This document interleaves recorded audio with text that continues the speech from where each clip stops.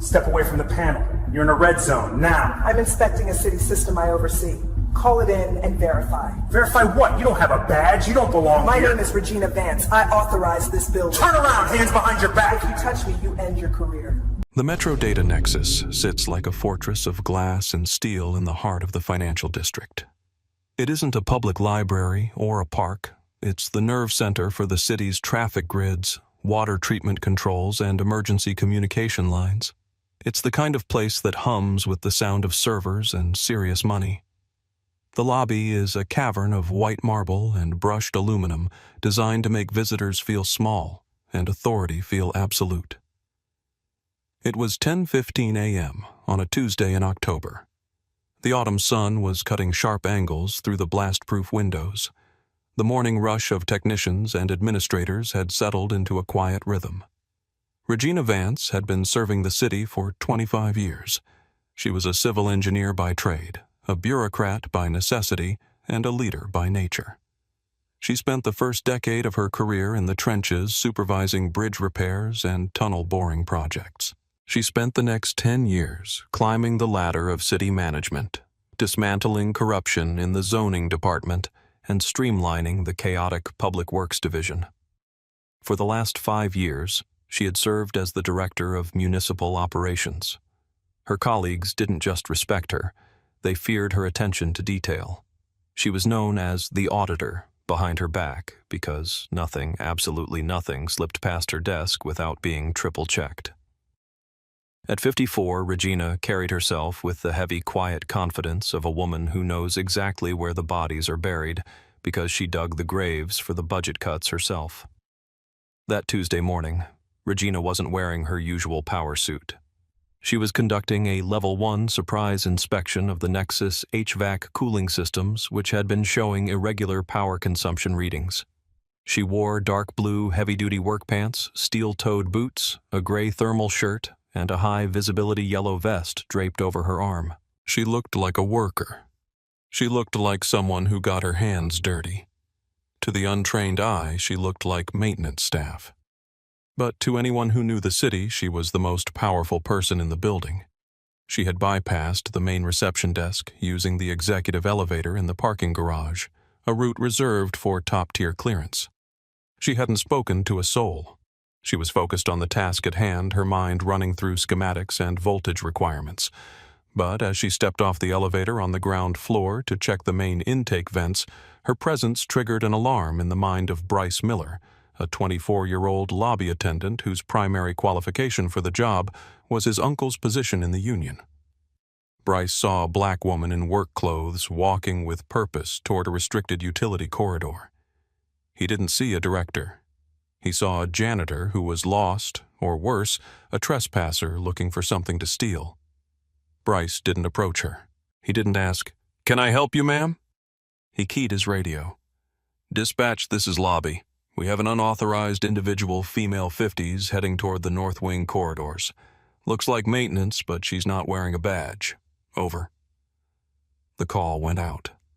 Officer Kyle Dantry was on the 3rd floor, bored and looking for something to do. He caught the transmission and felt that familiar surge of adrenaline. "Copy, lobby. I'm intercepting." Dantry had a history that should have precluded him from working in a high-security environment. He'd washed out of the State Police Academy 3 years prior for temperament issues and failing the de-escalation modules. Iron Shield Security, the private firm contracted by the city, had hired him because he was big, intimidating, and willing to work double shifts. They didn't care about his temperament. They cared that he looked the part. Dantry took the stairs 2 at a time, moving with the aggressive speed of a man imagining he was hunting a fugitive. He intercepted Regina Vance just as she was opening the panel to a pressure valve on the 3rd floor landing, a red zone area restricted to top-level engineers. "Hey, you!" Dantry's voice boomed down the concrete hallway, echoing off the steel conduits. "Step away from the panel." Regina didn't jump. She didn't flinch. She finished checking the gauge, noted the pressure reading on her clipboard, and slowly turned around. She saw a young man, barely 30, with a buzz cut and a tactical vest that looked too clean, hand resting ominously near his taser. "Officer." Regina said, her voice calm, possessing the flat, unimpressed timbre of a mother dealing with a tantrum. "Is there an issue?" "The issue is, you're in a restricted zone," Dantry snapped, closing the distance between them. He stopped, 4 feet away, looming over her. "This is a red zone. Maintenance break room is in the basement. You need to clear out, now." Regina adjusted her glasses. "I'm not looking for the break room, young man. I'm inspecting the intake valve for the server cooling loop. It's running 3 degrees hot." Dantry scoffed a short, sharp sound of dismissal. "Yeah, sure. And I'm the mayor. Look, I don't know who let you up here or if you just wandered out of the cleaning closet, but you don't have a badge visible. That's a violation. Let's go." "I don't wear my badge on a lanyard when I'm near heavy machinery. It's a safety hazard," Regina explained, her patience already thinning. "My credentials are in my pocket, and for the record, I'm not cleaning staff. I'm the director of municipal operations." Dantry laughed. It was a cruel, incredulous laugh. "Director of operations, right. In work boots. Lady, do I look stupid to you? The director is a guy named Vance, and he wears a suit." "My name is Regina Vance," she corrected, her voice dropping an octave, becoming steelier. "And I don't wear suits to crawl through ventilation shafts. Now, if you're done posturing, I have work to do." "You have work to do." Dantry stepped closer, invading her personal space. "Your work is leaving. Now show me some ID or you're going out in cuffs." Regina sighed. She reached into her back pocket. Dantry flinched, hand twitching toward his belt. "Slowly," he barked. She pulled out a slim black leather wallet. From it, she extracted 2 things. The first was her standard city ID, worn and faded from years of use. The second was a solid black smart card with no photo, no name, just a gold-embedded chip and the city seal embossed in silver. It was a master access key, an item so rare that only 5 people in the entire city government possessed one. It opened every door, started every generator, and overrode every security lock in the metro area. She held them out. "Officer Dantry, I see your name tag. This is my city director ID, and this is a master access key. If you have a scanner, you can verify both right now." Dantry snatched the cards from her hand. He barely looked at the ID. He focused on the black card. He flipped it over. No magnetic strip, no photo, no barcode. To him, it looked like a piece of plastic she'd bought online. "This is fake," Dantry declared, tossing the cards back at her. They clattered to the floor. "I've worked this site for a year. Access cards are white with a blue stripe. This black card is nonsense. It's a prop." "It's an Omni key," Regina said, bending down to retrieve her property, her movements deliberate and dignified. "It grants access to the mainframe. Scan it." "I'm not scanning your fake toys," Dantry sneered. "You think you can just print a black card and walk into a government server farm? That's a felony. Impersonating a city official, that's another felony." "Officer," Regina said, standing up straight, "you are making a career-ending mistake. I am asking you to pick up your radio call, your dispatch, and ask for verification on Regina Vance. Do it now." "I don't need dispatch to tell me what I can see with my own eyes," Dantry said, his ego now fully driving the bus. "I see a trespasser with forged credentials refusing to comply with a lawful order. Turn around. Hands behind your back. Do you think security firms need better training on recognizing high-level credentials, or is this purely an ego problem? Let me know in the comments below." Regina didn't move. "I am not turning around. I am not trespassing. I am the client. My signature is on the bottom of the contract that authorizes Iron Shield Security to patrol this building. If you touch me, you are assaulting a senior city official." "Last warning," Dantry growled. "Verify the card," Regina insisted. Dantry lunged. He grabbed Regina's left wrist, twisting it sharply behind her back. It wasn't a guiding motion. It was a punishment. Regina gasped as the joint strained, but she didn't scream. She went rigid. "Stop resisting," Dantry shouted for the benefit of the empty hallway. "I am not resisting," Regina stated clearly, wincing as he shoved her against the concrete wall. "I am complying under duress." Just then, the service elevator dinged. 2 men in coveralls stepped out, senior electricians from the contracting team. They stopped, eyes widening as they saw the security guard manhandling the woman they knew as the boss. "Hey!" one of the electricians yelled. "Whoa, officer, that's Ms. Vance." "Back off!" Dantry yelled over his shoulder, snapping the handcuffs onto Regina's wrists with unnecessary force. The metal bit into her skin. "This subject is under arrest for trespassing and possession of forged instruments." "Forged?" the electrician sputtered. "Buddy, that's the director. She runs this place." "Not anymore," Dantry said, fueled by the adrenaline of the arrest. He spun Regina around. "You can tell your story to the judge, lady." Regina looked Dantry in the eye. Her face was calm, but her eyes were burning with a cold, terrifying intelligence. "Officer Dantry, listen to me very carefully. I didn't just buy that card. I issued the contract that put you in this uniform.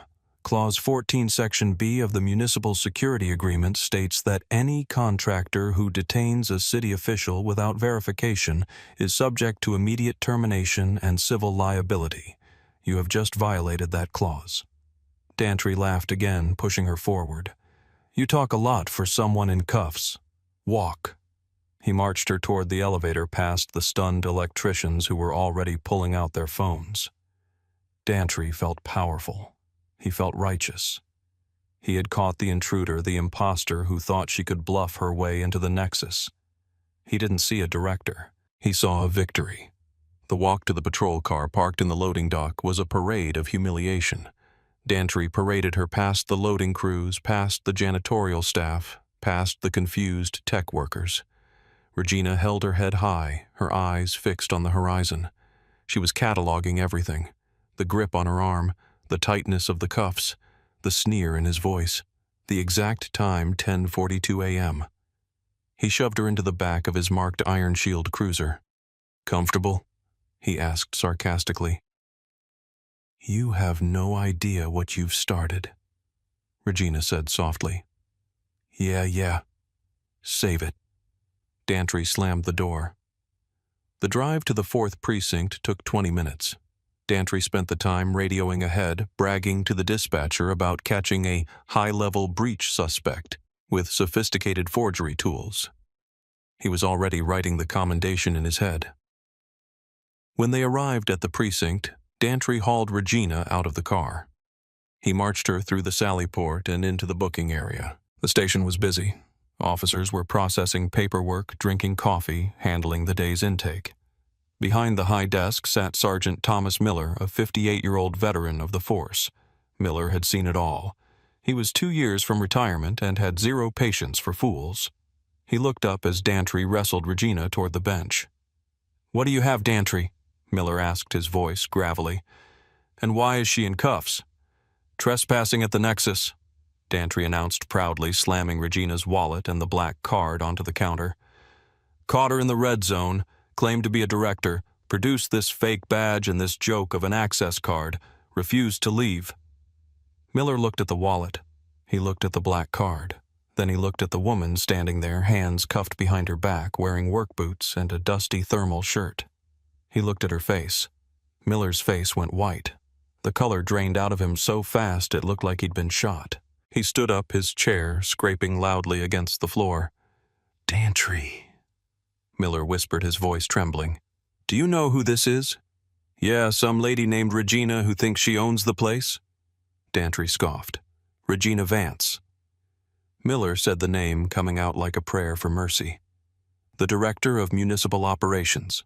The woman who approves our precinct's overtime budget. The woman who just secured the funding for the new dispatch system." The room went silent. A typewriter stopped clacking. A phone rang and went unanswered. Dantry blinked. "What? No. Look at her. She's in work clothes. And that card, it's black. It's fake." "That is a master key, you moron," Miller roared, coming around the desk. "Unlock her right now." Dantry froze. But she was in the red zone. She built the red zone, Miller yelled. He shoved Dantry aside and pulled a key from his belt. Ms. Vance, I am so sorry. I don't know what this idiot was thinking. Miller fumbled with the cuffs. The metal clicked open. Regina rubbed her wrists. There were deep red welts where the steel had dug in. She didn't say a word to Miller. She turned slowly to Dantry. Dantry was staring at her, the blood rushing to his face. I thought... You didn't think, Regina said. Her voice was quiet, but it carried across the silent room. You assumed. You saw a black woman in work clothes and assumed she didn't belong. You saw a card you didn't recognize and assumed it was fake because you couldn't conceive that I might have higher clearance than you. I need to verify, Dantry stammered. Call the chief, Regina said to Sergeant Miller, and call the CEO of Iron Shield. Tell them to meet me here. Now. Yes, ma'am, Miller said, reaching for the red phone. The next hour was a blur of high-powered arrivals.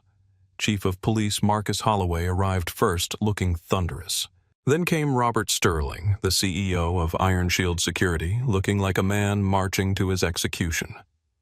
Regina sat in the captain's office, holding an ice pack to her wrist. Dantry was standing in the corner, stripped of his duty belt, looking smaller than he had ever looked in his life.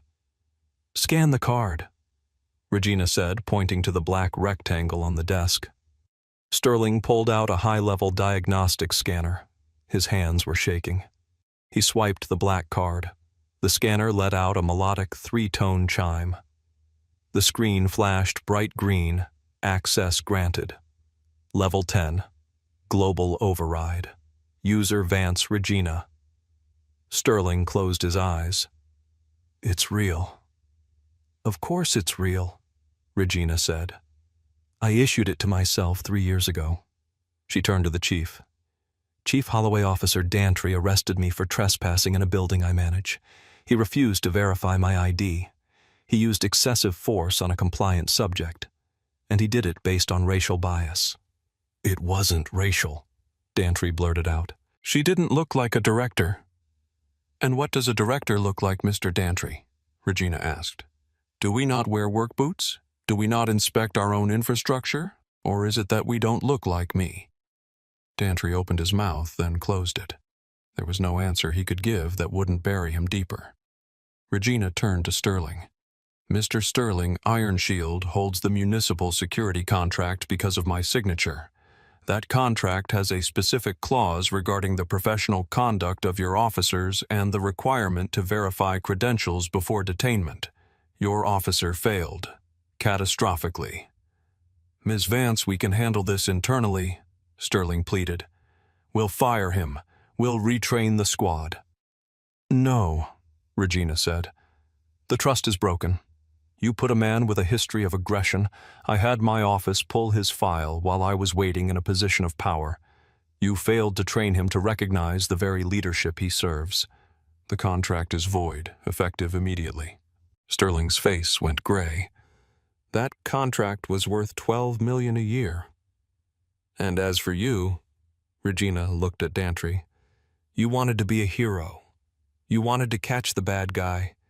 You just became the bad guy. The fallout was swift and brutal. Iron Shield Security lost the municipal contract the next morning. Their stock plummeted, leading to bankruptcy within 6 months. The city of Chicago settled Regina Vance's civil rights lawsuit for $4.8 million money. She immediately donated to a scholarship fund for minority engineers. Kyle Dantry was fired before he left the building. He was stripped of his special police powers and blacklisted from every security firm in the state. At 29, his career in law enforcement was over. He currently works in a warehouse packing boxes where no one cares about his instincts. Regina Vance continued her work, but every time she walked into the Nexus, the new security team hired directly by the city stood up straighter. They knew better. They knew that power doesn't always wear a suit. Sometimes it wears work boots and carries a black card. This story forces us to ask a hard question. How many times does this happen to people who don't have a master access card? How many people are stopped, harassed, and handcuffed simply because they don't fit the profile in someone's biased mind? Regina Vance had the power to fight back, but she fought for those who can't. Officer Dantry thought he was protecting the building. In reality, he was protecting his own prejudice, and that protection cost him everything. What do you think? Should private security guards have qualified immunity, or should they be personally liable for civil rights violations like this? And how do we fix a system where looking like a boss is determined by race and gender? Let me know your thoughts in the comments below. If you believe in accountability, hit that like button and share this story. Let's make sure everyone knows that you can't judge a book or a director by the cover. Thanks for watching and stay safe out there. Step away from the fence. Right now. You don't walk off when I'm talking to you. I'm a federal compliance director. You're interrupting a lawful audit. I don't care who you say you are. To me, you're just a suspicious male near critical infrastructure. Call your watch commander. Check my credentials. If you lay a hand on me, that's a criminal act. Hands behind. The dashcam footage from Cruiser 402 would eventually be viewed by 3 federal judges, the mayor of Chicago, and over 20 million people online. But on that crisp, sunny Tuesday morning, Officer Kyle Branning had no idea that the man he was pulling up behind wasn't just a suspect. He was the man who signed the checks that kept the city's lights on. Before we get into the details of this career-ending mistake, I need you to do something for me. Go to the comments section right now and tell me, do you trust that police officers know the laws they are sworn to enforce? Type yes or no. And if you believe that competence should be a requirement for carrying a badge, hit that subscribe button. You are going to want to see how this one plays out. Marcus Thorne stood on the sidewalk perimeter of the municipal water and power substation, bathed in the bright morning sunlight. At 54 years old, Marcus carried himself with the heavy, deliberate gravity of a man who had spent 30 years in the federal service. He was a tall man, broad-shouldered, wearing a charcoal 3-piece suit that cost more than most people's first cars. In his hand, he held a government-issued ruggedized tablet. He was tapping the screen with a stylus, making precise notes about the perimeter fencing and the visible lack of mandated safety signage. Marcus was the regional director of federal compliance for the Department of Infrastructure. His job was unglamorous, highly technical, and incredibly powerful. He didn't carry a gun. He carried a pen that could freeze millions of dollars in federal grants if a city failed to meet safety standards. Today was a scheduled, though unannounced, exterior audit. He had the permits. He had the clearance. He had the authority. What he didn't have was patience for foolishness. He adjusted his glasses, looking up at the transformer towers humming behind the chain-link fence.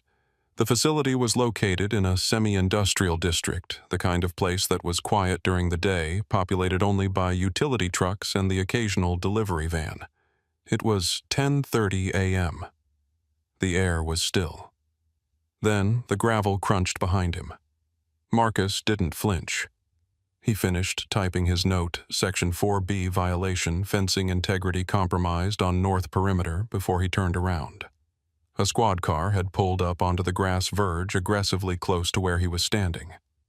The door opened and Officer Kyle Branning stepped out.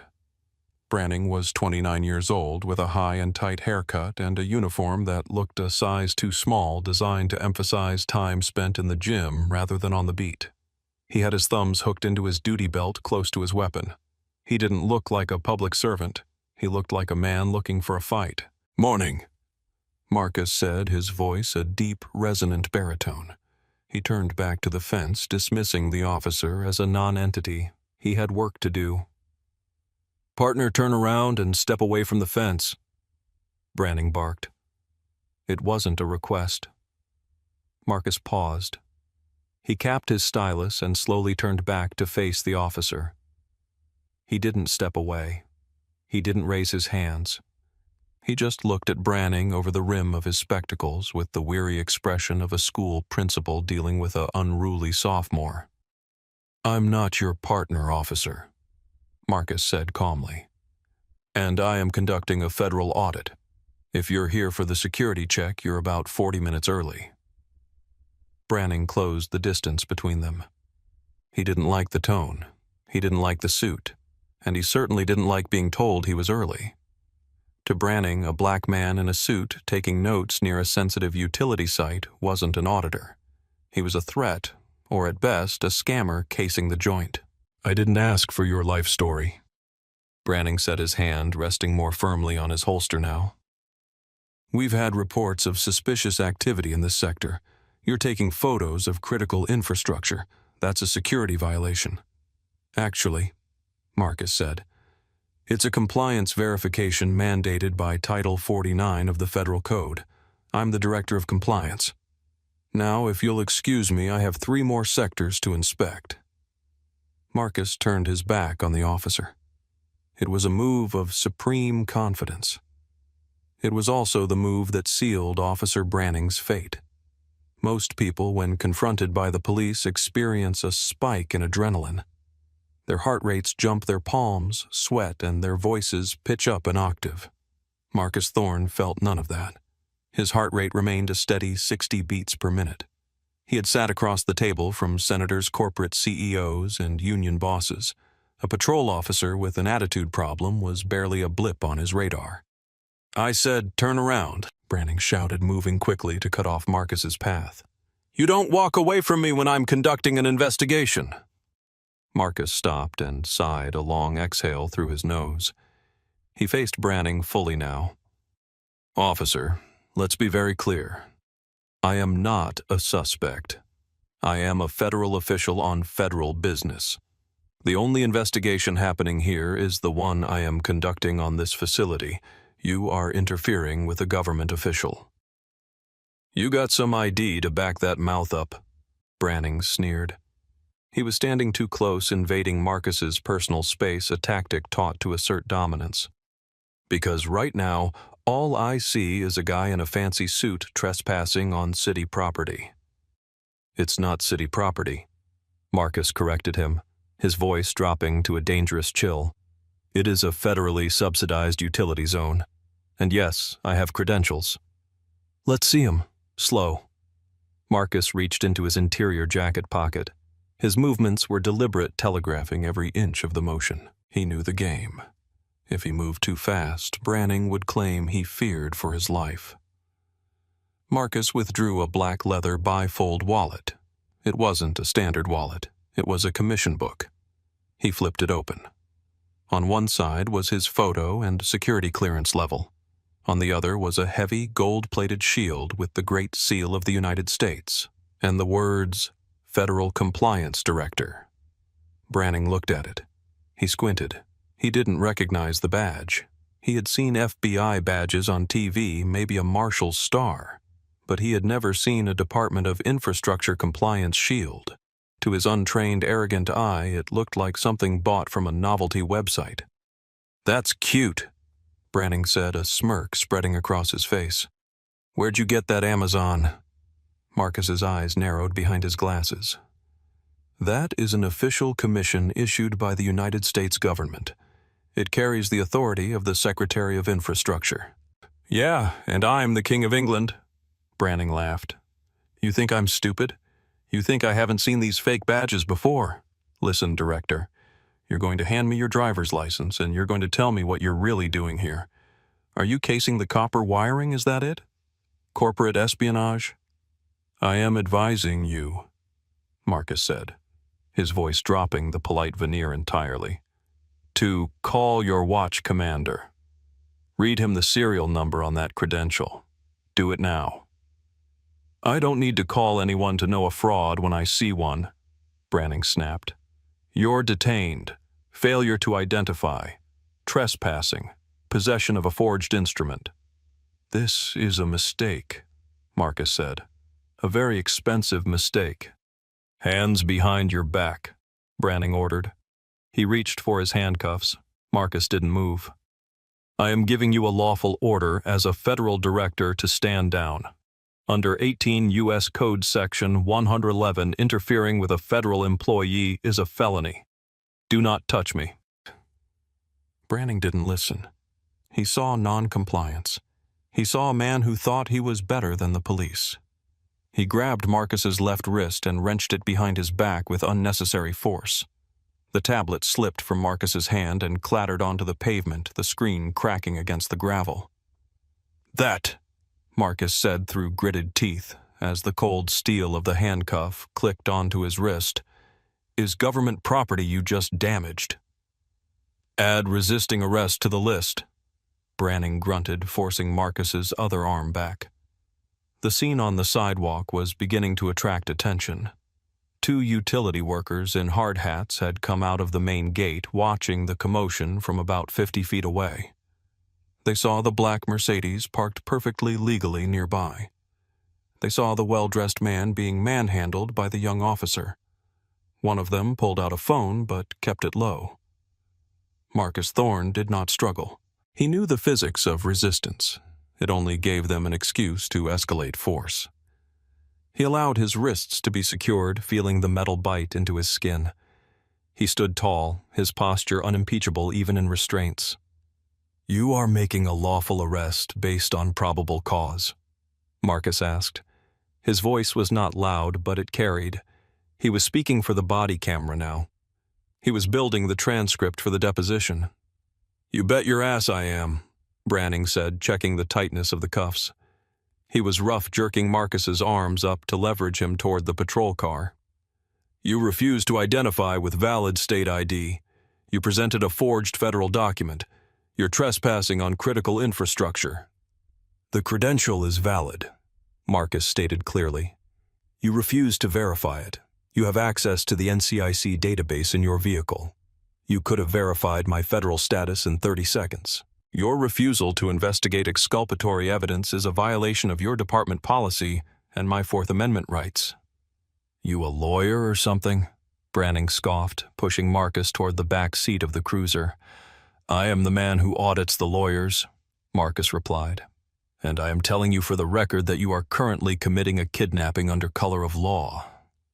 Branning opened the back door of the cruiser. "Get in." "My tablet," Marcus said. "It contains classified federal data. If you leave it there, you are responsible for a data breach." Branning looked down at the cracked tablet on the sidewalk. He kicked it, actually kicked it toward the grass so it wouldn't be in the road. "It'll be there when you get back, if you get back." He shoved Marcus into the back seat.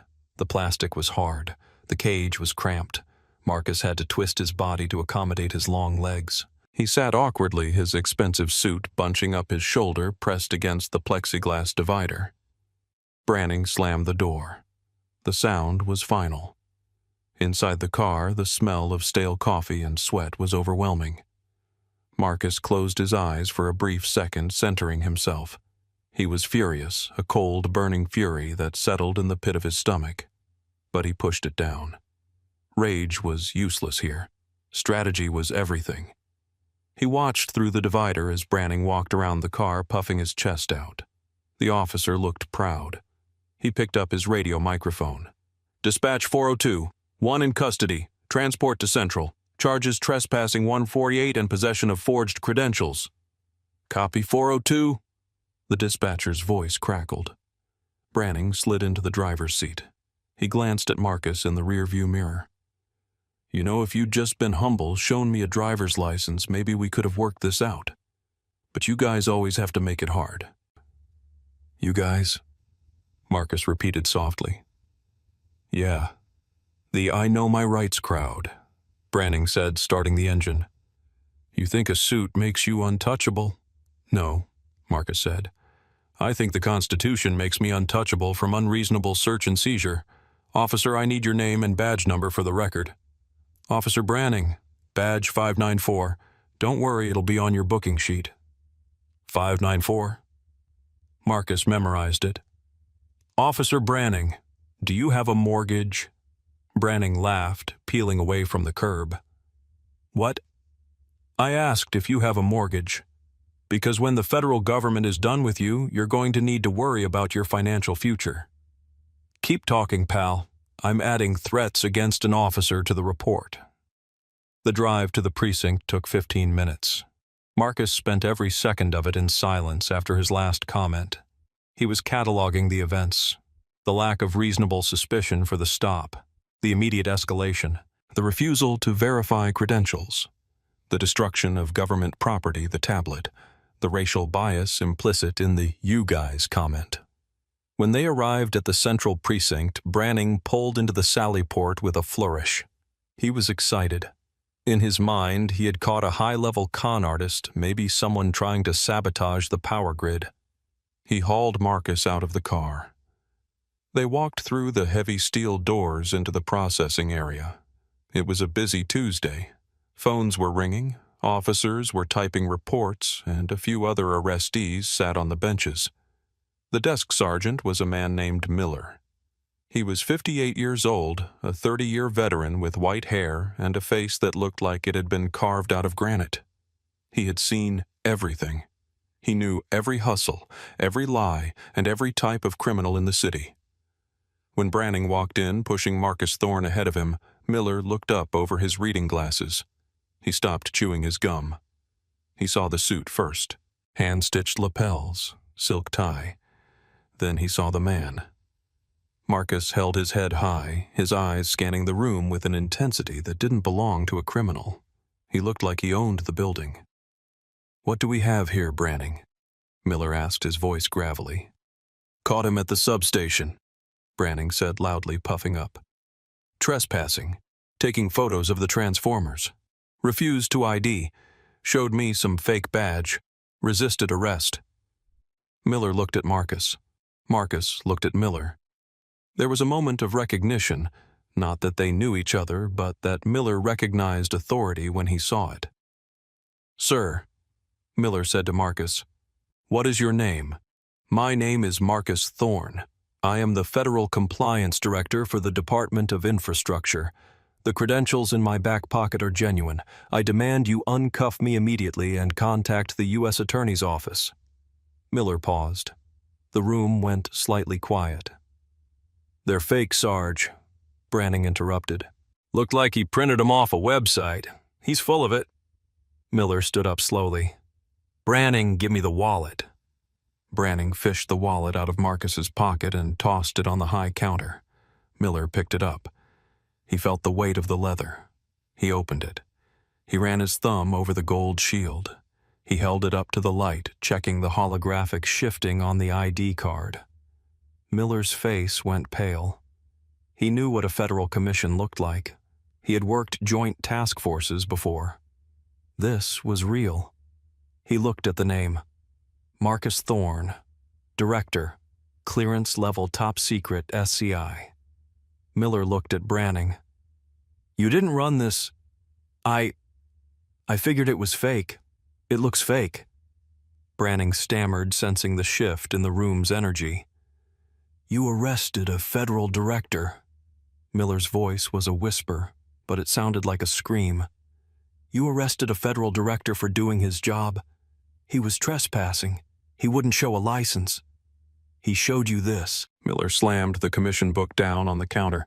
"This outranks your driver's license, you idiot. This is a federal commission." Miller grabbed his radio. "Captain Reynolds, you need to come to booking, now."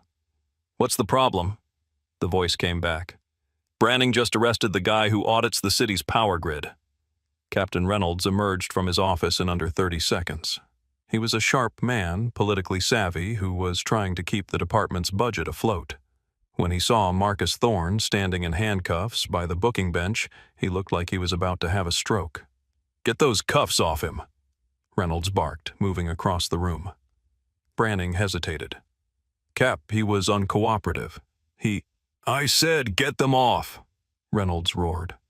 Branning fumbled for his keys. He unlocked the cuffs. Marcus rubbed his wrists. There were red welts where the metal had dug in. He adjusted his suit jacket, straightened his tie, and looked at Captain Reynolds. "Director Thorne," Reynolds said, extending a hand. "I am Captain Reynolds. I am incredibly sorry for this misunderstanding. Officer Branning is zealous." Marcus didn't take the hand. He looked at it, then looked at Reynolds. "This was not a misunderstanding, Captain. This was an unlawful deprivation of rights under color of authority. This was assault, and this was a violation of federal supremacy." "We can clear this up right now," Reynolds said, withdrawing his hand, sweating slightly. "We'll expunge the arrest record immediately. You're free to go, obviously. We can have an officer drive you back to your vehicle." "No," Marcus said. "I'm not going anywhere just yet. I want a copy of the booking sheet. I want a copy of the incident report Officer Branning was about to file. And I want the body camera footage secured. I am formally notifying you of pending litigation." Branning was standing in the corner, looking smaller than he had all day. "He refused to show a driver's license," he muttered, still trying to justify it. Marcus turned on him. "I showed you a federal commission. Do you know what the supremacy clause is, officer? It means my federal authority supersedes your municipal curiosity. You don't get to ID me when I am on federal property conducting federal business unless you have probable cause of a crime. Being black in a suit is not a crime." "It had nothing to do with—" Branning started. "Save it for the review board." Marcus cut him off. He turned back to Reynolds. "My tablet is currently lying in the grass at the substation. It contains sensitive government data. If it is damaged, that is another federal charge. I suggest you send someone to retrieve it with a crime scene bag." "I'll go get it myself," Reynolds said. "Director, please, come into my office.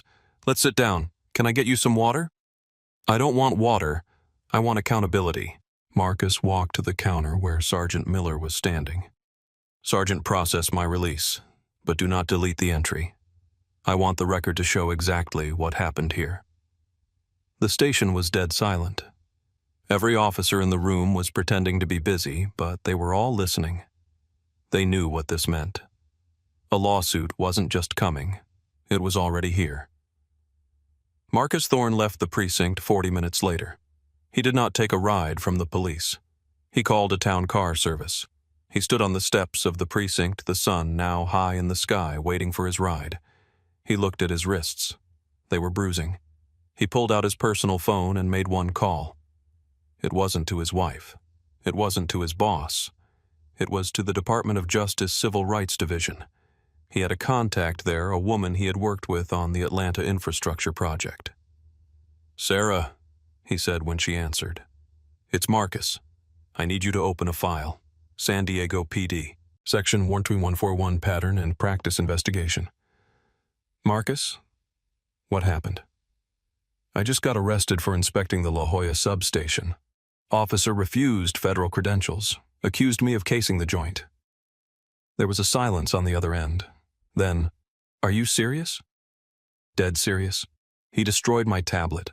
He falsified the probable cause. And Sarah, he's done this before. I could tell. He was too comfortable. He didn't hesitate to put hands on me, pull his jacket. I want to know how many other suspicious persons he's arrested who were just professionals minding their business." "I'm on it," she said. "Are you okay?" "I am angry," Marcus said, watching the black town car pull up. "And when I am angry, I am thorough." The legal machinery moved with terrifying speed. By Wednesday morning, the lawsuit was filed, Thorne v. City of San Diego et al. But it wasn't just a civil suit for damages. Marcus used his position to trigger a federal compliance review of the entire department's grant eligibility. The police department received millions in federal grants for equipment and training. All of those grants had compliance clauses regarding non-discrimination and adherence to constitutional policing. Marcus Thorne was the man who decided if they were in compliance. He froze their funding. The panic at City Hall was absolute. The mayor called the police chief. The police chief called Captain Reynolds, and Captain Reynolds called Officer Branning into his office and shut the door. The internal affairs investigation was launched immediately. They pulled Branning's body cam footage. It was damning. The disrespect, the immediate aggression, the refusal to look at the credentials, the kicking of the tablet. It was all there in high definition. But then they looked deeper. Marcus's hunch had been right. In his 4 years on the force, Branning had a pattern. He stopped luxury cars driven by minority men at a rate 300% higher than his peers. He had 5 citizen complaints for rudeness and unlawful detention, all dismissed by his previous supervisor as proactive policing. They weren't proactive. They were predatory. 3 months later, the deposition took place. Officer Branning sat across the table from Marcus Thorne and his legal team. Branning looked different. He wasn't wearing his uniform. He was in a cheap suit that fit poorly. He looked tired. Marcus sat quietly, his hands folded on the table. He didn't say a word. He let his lawyer do the talking. "Officer Branning," the lawyer asked, "when Director Thorne presented his credentials, did you look at them?" "I glanced at them." "Did you read them?" "I thought they were fake." "Based on what evidence had you ever seen a real Department of Infrastructure commission before?" "No." "So you determined a document was fake, having never seen the genuine article? Is that standard police training?" Branning remained silent. "Officer Branning, why did you kick the tablet?" "I was moving it out of the road." "By kicking it into the grass, a device you believed was being used for espionage, wouldn't that be evidence?" I made a mistake." "You didn't make a mistake, officer." Marcus spoke for the first time. The room went still. "A mistake is forgetting to turn on your blinker. What you did was assume that a black man in a suit could not possibly be who he said he was. You assumed I was a criminal because I didn't bow down to you. You let your bias override your training, your logic, and the law." Branning looked down at the table. He couldn't meet Marcus's eyes. The settlement came 2 weeks later. The city paid Marcus Thorne $450,000 in damages. But the money wasn't the point. As part of the settlement, the city agreed to a consent decree. They had to overhaul their stop and identify policies. They had to implement mandatory training on federal credentials, and they had to accept an external oversight board for all bias complaints. Officer Branning was terminated. The destruction of the government tablet, a felony, was used as the leverage. He was allowed to resign to avoid prosecution, but his certification was revoked. He would never be a police officer again. Marcus Thorne stood outside the federal courthouse. It was another sunny day, much like the one when he was arrested. He had just signed the final paperwork. The check for $450,000 was in his pocket. He hadn't kept a dime of it. He had already endorsed it over to the Legal Defense Fund for Unlawful Detention, a nonprofit he helped establish that morning. He walked down the steps, his new tablet tucked under his arm. He felt lighter, but the memory of the handcuffs still lingered. It was a phantom weight on his wrists, a reminder that no matter how high you climb, no matter how many degrees you have or how expensive your suit is to some people, you are still just a suspect. He stopped at the bottom of the stairs. A group of young law students was walking by, debating a case. They looked optimistic, full of energy. Marcus watched them. He hoped they would do better. He hoped they would build a system where dignity wasn't conditional. Officer Branning was currently working at a car rental agency near the airport. He spent his days washing cars and checking gas levels. He told his coworkers he used to be a cop, that he got screwed by the politics. He never told them the truth, that he got screwed by his own arrogance. Marcus got into his car. He had an inspection to finish. The grid needed to be audited. The work didn't stop. We like to think that justice is blind, but stories like this remind us that it often needs a little help to see clearly. Marcus Thorne had the power, the knowledge, and the resources to fight back. But what about the people who don't? What about the guy coming home from the night shift who doesn't have a federal badge in his pocket? That is why we share these stories. Because knowing your rights is the first line of defense, and holding authority accountable is the only way to ensure that liberty and justice for all isn't just a slogan, but a reality. What would you have done in Marcus's shoes? Would you have kept your cool, or would you have lost it? Let me know in the comments below. And do you think the settlement was enough, or should the officer have faced jail time for the civil rights violation? Don't forget to like and subscribe for more stories of justice served cold. Stay safe out there and know your rights.